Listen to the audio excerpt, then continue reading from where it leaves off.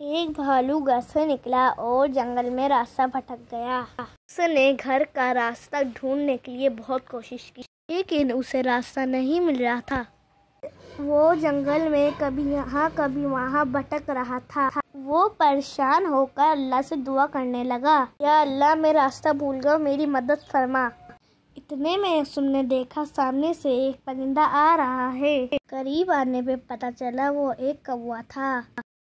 कौवा भालू की हालत देख के समझ गया कि भालू परेशान है। कौवे ने भालू के करीब आके कहा, क्या हुआ भालू भाई, क्यों परेशान हो? भालू ने कहा, क्या बताऊं कौवे भाई, बच्चों के लिए खाना लेने निकला था।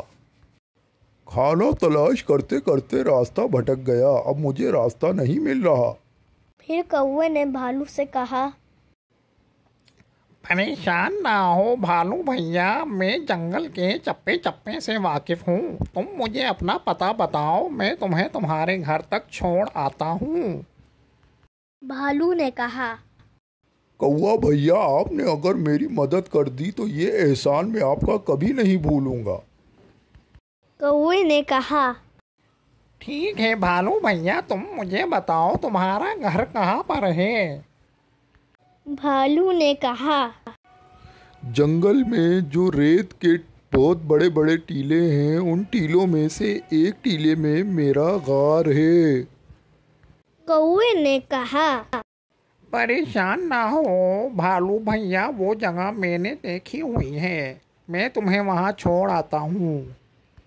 तुम मेरे पीछे पीछे आ जाओ। यूं कौवा आगे आगे चल पड़ता है और भालू पीछे चल पड़ता है।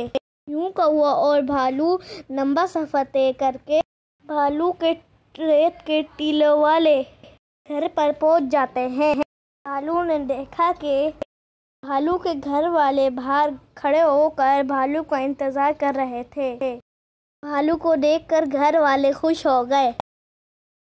भालू के घर वालों ने पूछा कि कहाँ रह गए थे। भालू ने जंगल में जाने से लेकर कौवे के घर ले जाने तक की बात उन्हें बताई। तो उसके घर वालों में भी कौवे का बहुत शुक्रिया अदा किया। तब भालुओं ने कौवे से कहा, अगर आपको हमारी ज़रूरत हो हमें ज़रूर याद करना। भालुओं ने कौवे के साथ मिलकर खाना खाया और कौवे का रुखसत किया।